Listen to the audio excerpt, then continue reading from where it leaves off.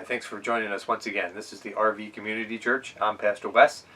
We're a growing community right now as we have an opportunity to connect with fellow RVers, and I hope you enjoy the time that we have together. I was thinking today of the Bible verses there in Matthew chapter 5. If you're down around verses 28, 29, 30, and so forth, Jesus uses these words. They're strong. They're somewhat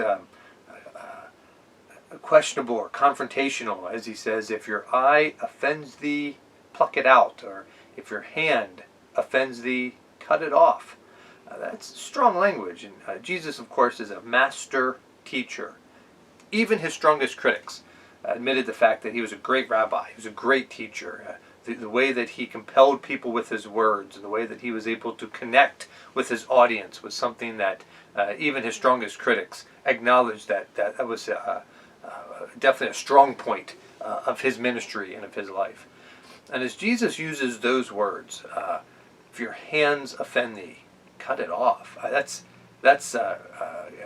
really grabs the audience a little bit as they think about that. What in the world? I mean, let's stop for a second here. Is the Bible recommending cutting off appendages, cutting off arms, plucking out eyes? That seems contrary to what we see in the rest of Scripture. And so I was thinking about that. I was thinking about that in light of a kind of an illustration or example I saw a couple years ago. My wife and I camping at a local campground, local to our house, local to the church that I pastor, and a campground that we use a lot. We like to go there a lot. It's close enough that we can usually take the grandkids for a couple days and then take them back home and then go back and camp a couple days by ourselves. And so it's very convenient that way, and we enjoy it. And there's a gentleman there that kind of runs all the maintenance and security and really manages the park for the owners.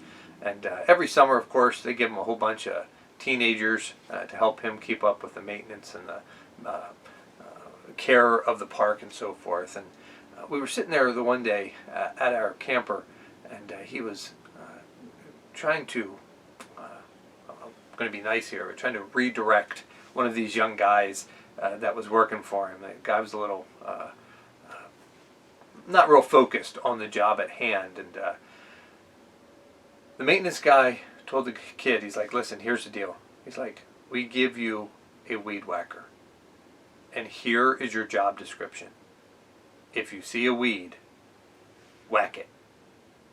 If you see a weed, whack it. That's your job. And it's always stuck with us. My wife and I laugh about that and talk about that. We use that all the time as we are doing things around the house. Hey, you see a weed, whack it.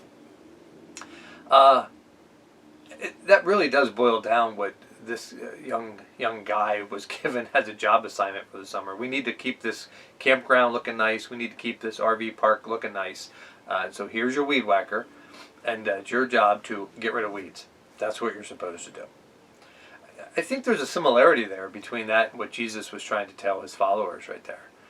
When there's sin in our life, when there's something we need to get rid of, when there's a problem in our life, when there are those things in our life that are holding us down and keeping us from God and keeping our prayer life in a funk, and we're just not where we're supposed to be, we see a weed, whack it. Your hand offends thee, cut it off. It's like, wow, what? Cut it off? What? Wait.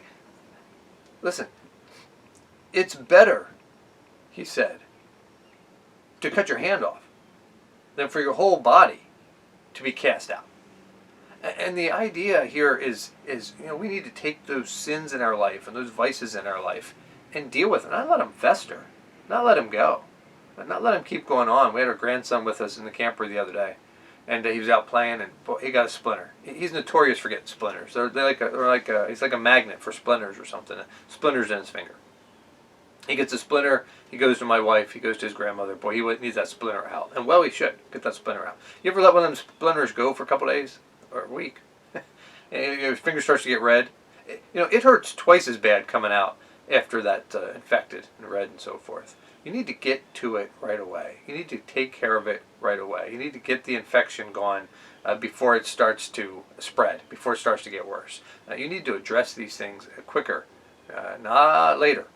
And Jesus is trying to get a hold of his followers and grab a hold of the people that are following him. It's like, listen, you've had that thing in your life going on forever.